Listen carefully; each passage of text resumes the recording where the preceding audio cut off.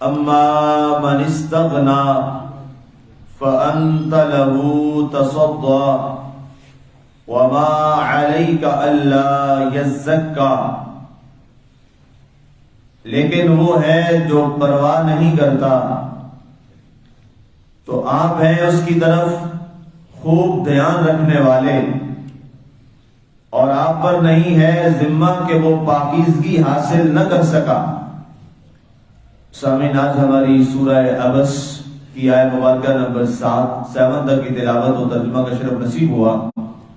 گفتگو ہماری چل رہی ہے حضرت سیدنا عبداللہ بن ام مکتوم یا عمرو بن ام مکتوم کے حوالے سے۔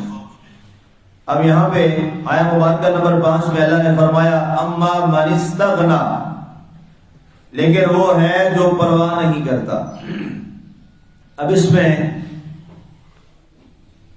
اللہ تعالیٰ نے اپنے محبوب پاک صلی اللہ علیہ وآلہ وسلم کو مخاطب فرمایا ہے کہ اے ہمارے پیارے محبوب صلی اللہ علیہ وآلہ وسلم، ہمارا بندہ آپ کی بارگاہ میں حاضر ہے اور آپ سے رہنمائی اور نصیحت حاصل کرنا چاہتا ہے، لیکن آپ کی جو توجہ مبارک ہے وہ ہمارے اس بندے کی طرف نہیں ہوئی، اور آپ ان کفار مکہ جو ہیں اور سرداران قریش مکہ جو ہیں ان کو آپ تبلیغ میں اور پیغام اسلام پہنچانے میں، دعوت دین دینے میں مصروف ہیں۔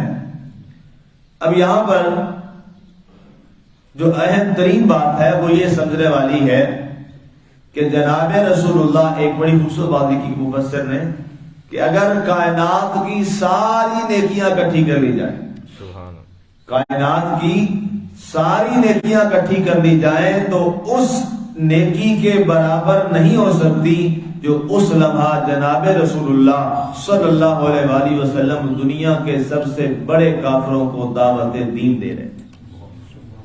یہ بات جاننا بہت ضروری ہے۔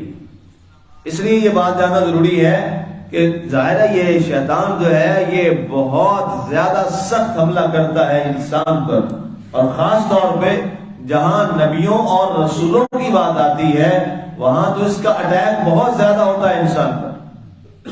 ایک لمحے کے لیے انسان کے دماغ میں یہ بات ڈال دے گا کہ دیکھیں ایک شخص آیا ہے نبی صلی اللہ علیہ وسلم کی بارگاہ میں، اس نے سوال کیا ہے اور آپ اس کی طرف توجہ ہی نہیں کر رہے، اور آپ جو کافر ہیں ان کے ساتھ آپ گفتگو کر رہے ہیں۔ یہ شیطان انسان کے اندر فوراً ذہن میں یہ بات ڈالے، اور کئی لوگوں کو اس شیطان نے اس کا شکار بھی کیا، اور نعوذ باللہ کئی لوگوں نے اس آیہ مبارکہ کے حوالے سے یہ لکھ بھی دیا استغفر اللہ استغفر اللہ استغفر اللہ۔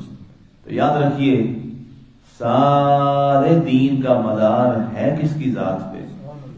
محمد رسول اللہ صلی اللہ علیہ وسلم۔ بھائی ہم نے تو اللہ کو نہیں دیکھا، بڑی واضح سی بات ہے، نہ ہمیں اللہ نے آ کے بتایا ہے کہ پڑھو کلمہ لا الہ الا اللہ محمد رسول اللہ، ہمیں اللہ نے نہیں کہا، بڑی واضح سی بات ہے۔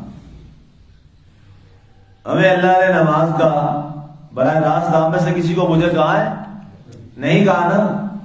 قرآن میں اقیم الصلاۃ آیا ہے تو یہ جملہ کسی نے تو ادا کیا ہوگا نا، صحابہ کرام میں کس نے یہ جملہ ادا کیا تھا؟ جناب رسول اللہ صلی اللہ علیہ وسلم۔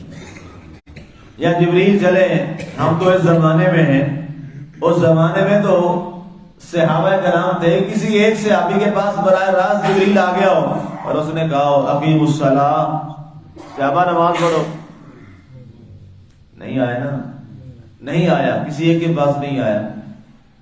فرشتہ تو جب بھی آیا تو کہاں آیا؟ بارگاہ رسالت مآب صلی اللہ علیہ وسلم میں ہی آیا۔ تو لا الہ الا اللہ محمد رسول اللہ صلی اللہ علیہ وآلہ وسلم ہمیں کس نے پڑھایا؟ جناب رسول اللہ صلی اللہ علیہ وسلم نے پڑھایا۔ اور اللہ تعالیٰ کی اگر یہ معاملہ تھا تو نبی صلی اللہ علیہ وسلم جو ہوتے ہیں یا کوئی اور بھی نبی رسول ہو، اس کے بنیادی مقصد ہی یہ ہوتا ہے کہ مخلوق اور اللہ کے درمیان جو معاملہ ہے رابطے کا، پیغام کا، ہدایت کا، دین کا، عبادات کا، وہ کس نے آگے بتانا اور سمجھانا ہے؟ نبی نے، رسول۔ جب قرآن میں تو نماز کا حکم آ گیا اقیم الصلاۃ، اب بھائی پڑھنی کیسے؟ قرآن میں تو پورے قرآن پاک میں اس کا یہ والا طریقہ جو ابھی ہم نے کیا ہے یہ قرآن میں نہیں لکھا اس طریقے سے، تو پھر کیا کریں؟ اب قرآن نے ہمیں بتایا لَقَدْ كَانَ لَكُمْ فِي رَسُولِ اللَّهِ أُسْوَةٌ حَسَنَةٌ، قرآن یہ ہمیں بتا رہا ہے، تو یہ بھی نہ کہتے جی قرآن میں تو اس کا پھر طریقہ ہی نہیں ہے، قرآن نے یہ بتایا نا ہمیں، تمہارے لیے نبی صلی اللہ علیہ وسلم کی زندگی میں نماز کا طریقہ موجود ہے، نبی کو دیکھ لو، نبی صلی اللہ علیہ وسلم کو دیکھ لو، ملاحظہ کر لو، پھر آپ نے کیا جان فرمایا صلو کما رأیتمونی اصلی، اے لوگوں جیسے مجھے نماز پڑھتا ہوا دیکھتے ہو نا ویسے ویسے نماز پڑھو،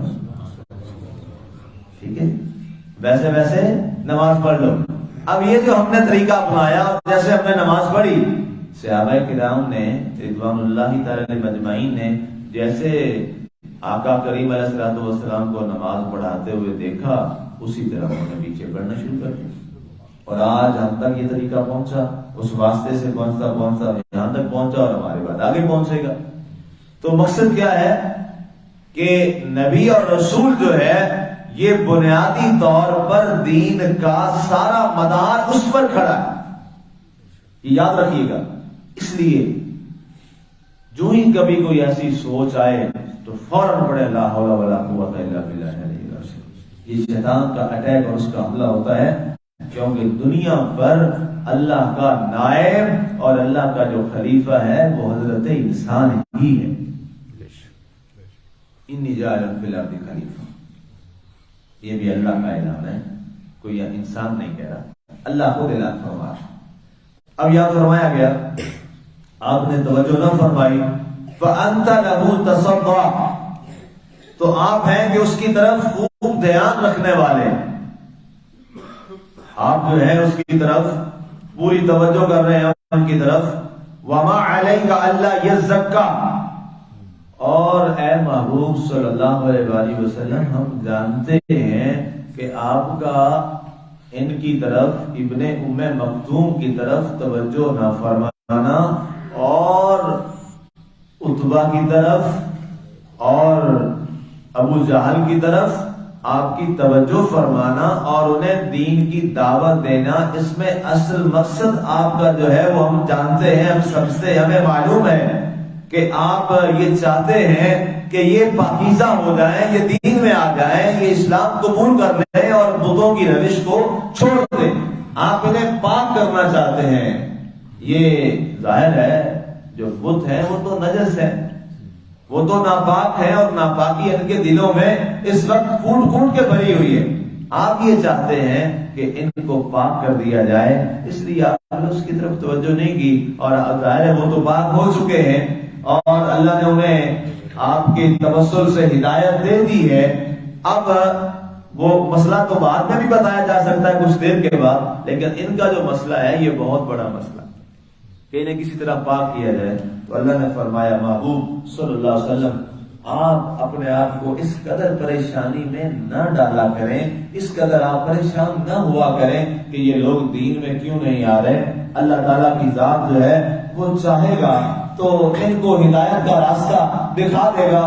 آپ اس حوالے سے بالکل آپ ایک پیغام پہ بس رہے، وَمَا عَلَيْكَ إِلَّا الْبَلَاغُ الْمُبِينُ، آپ ہمارا پیغام ان تک پہنچا دیں۔ ہمیں معلوم ہے آپ بہت رنجیدہ خاطر ہو جاتے ہیں جب لوگ اللہ کی طرف نہیں آتے۔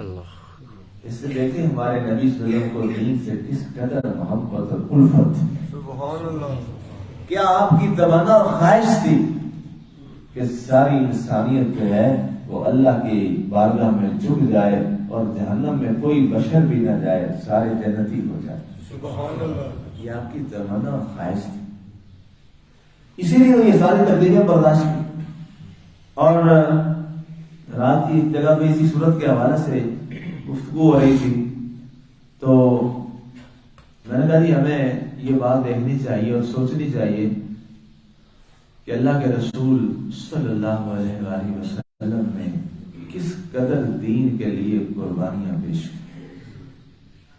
آج ہم سارے مسلمانوں سے دین سوال کر رہا ہے، جو دین اتنی قربانیاں دینے کے بعد تمہارے درمیان آیا اور تمہارے درمیان ہمارا معبود چھوڑ کے گیا ہے، ہمارے رسول صلی اللہ علیہ وسلم چھوڑ کے گئے ہیں، بتاؤ اس دین کے لیے تمہارا کتنا کنٹریبیوشن ہے؟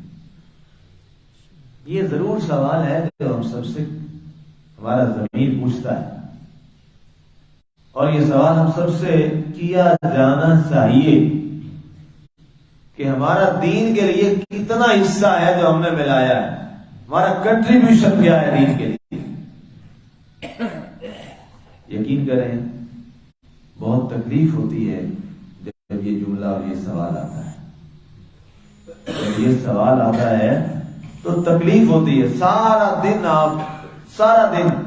آپ معاملات کو دیکھتے ہیں، آپ ٹی وی کو چینلز کو دیکھتے ہیں، آپ باقی چیزوں کو دیکھتے ہیں، اس میں سے کتنی چیزیں ایسی ہیں جہاں پر قوم دین کے بارے پریشان ہو اور دین کے بارے میں سوچ رہی ہو۔ یہ سوال ضرور سوچنا چاہیے۔ آپ کے بڑے سے بڑے ادارے سے لے کر ایک عام انسان تک، ایک آرمی سے لے کر آپ کے صدر پاکستان ہے ہمارے، ان سے لے کر ایک جو عام آدمی ایک ہے وہاں تک، اتنے درمیان میں ایک پوری چین ہے ہماری۔ ہم سارے پوچھیں نا اپنے آپ سے، سوال کریں ہم کتنے سارے دین کے بارے میں پریشان ہوتے ہیں اور دین کے بارے روزانہ سوچتے ہیں اور پھر اس پر عملی طور پر کام کرتے ہیں، تو جو جواب ملے پھر اس پر اگر آپ کا ضمیر مطمئن ہو جائے تو مجھے بھی بتا دیجیے۔ کتنی تکلیف سے بات ہے۔ ہماری سارا دن کی لڑائیاں کیا ہیں؟ اقتدار کی ہوس ہے، دولت اور مال کی لالچ اور حرص ہے، لوٹنے اور کھسوٹنے کی حرص ہے، انا پرستی ہے، ذات پرستی ہے، فرقہ پرستی ہے، دولت پرستی ہے، خواہش پرستی ہے۔ سارا دن اسی میں گزر جاتا ہے، اور پھر ہم کہتے ہیں پتہ نہیں کیا ہے، ہمارے اوپر آزمائشیں بڑی آ گئی، مسلمانوں کے حالات بڑے خراب ہیں، بہت حالات خراب ہیں۔ مسلمانوں کی بڑی وجہ یہ ہے کہ ہم نے دین کو اولویت نہیں دی، دین کو ہم نے ثانویت بھی نہیں دی۔ ایک ہوتا ہے نا ثانوی حیثیت، ہم نے تو وہ بھی نہیں دی، اور یہ حقائق ہے۔ اللہ ماشاءاللہ چند ایک جو لوگ ہیں، بہت گنتی کے لوگ ہیں، ان کی وجہ سے ظاہر ہے دنیا قائم ہے، ان کو نکال دیجئے۔ بات جب بھی کی جاتی ہے اکثریت کی جاتی ہے، جب بھی کوئی فارمولہ ہوتا ہے وہ کس پہ ہوتا ہے؟ میجورٹی پہ ہوتا ہے، مائنورٹی پہ نہیں ہوتا، اکثریت کی بات ہوتی ہے۔ جیسے ہم کہتے ہیں یہ مسلمانوں کا ملک ہے، پاکستان کس کا ملک ہے؟ مسلمانوں کا ملک ہے۔ پاکستان کا معنی یہ ہوتا ہے پاک لوگوں کا گھر، یہ مسلمانوں کا ملک ہے۔ تو کوئی بندہ کھڑا ہو، جی آپ کیا کہہ رہے ہیں یہاں عیسائی بھی رہتے ہیں، نام بدل لیں آپ ملک کا۔ وہ کہیں گے بھائی میجورٹی کی بات ہوتی ہے، مائنورٹی کی بات نہیں ہوتی، کیونکہ یہاں کی میجورٹی جو ہے وہ کیا ہے؟ وہ مسلم کمیونٹی ہے، تو اس لیے ہم کہتے ہیں یہ مسلمانوں کا ملک ہے۔ ظاہر ہے اس میں ہندو بھی رہتے ہیں، یہ سامنے نہیں ہمارے عیسائی بیٹھے، ٹھیک ہے، ایک بڑی ان کی عبادت گاہ ہے ہمارے ساتھ، مسجد کے ساتھ ان کی عبادت گاہ ہے، اتنا بڑا چرچ ہے، ٹھیک ہے۔ تو کہیں گے جناب آپ کیسے کہتے ہیں کہ جناب یہ مسلمانوں کا ملک ہے، آپ کی مسجد کے ساتھ ہی یہ چرچ ہے، یہ دیکھیں۔ تو مقصد کیا ہوتا ہے؟ میجورٹی کی بات کی جاتی ہے۔ اب ہماری میجورٹی جو ہے ہماری وہ ایسی ہو گئی، اس لیے اپنی کوشش کریں آپ سارے لوگ۔ بڑا خوبصورت وہ شعر مجھے یاد آ گیا کہ شکوائے ظلمت شب سے کہیں بہتر تھا اپنے حصے کا کوئی چراغ جلاتے جاتے۔ ہم سارے اپنے اپنے حصے کا کوئی نہ کوئی چراغ ضرور روشن کریں، دین کا ضرور روشن کریں، اور اس کا کوئی فائدہ کیا ہوگا؟ اللہ تعالیٰ انشاءاللہ ایک چراغ جلے گا، دوسرا جلے گا، چراغ بڑھتے جائیں گے، اور ہمارے معاشرے میں دین کی روشنی آتی چلی جائے گی، آتی چلی جائے گی۔ اگر فرمایا گیا محبوب کہ ایک اگلا اس پہ پھر انشاءاللہ کل بات کریں۔ اللہ تعالیٰ ہمیں عمل کی توفیق عطا فرمائے، اور قرآن اور دین کے ساتھ اللہ ہمیں وابستہ رکھے، اور اللہ کے رسول صلی اللہ علیہ وسلم نے جو دین کے لیے اتنی بے پناہ قربانیاں دی ہیں، ہمیں ان قربانیوں کا احترام کرنے کی توفیق عطا فرمائے۔ آمین۔ وما علینا الا البلاغ۔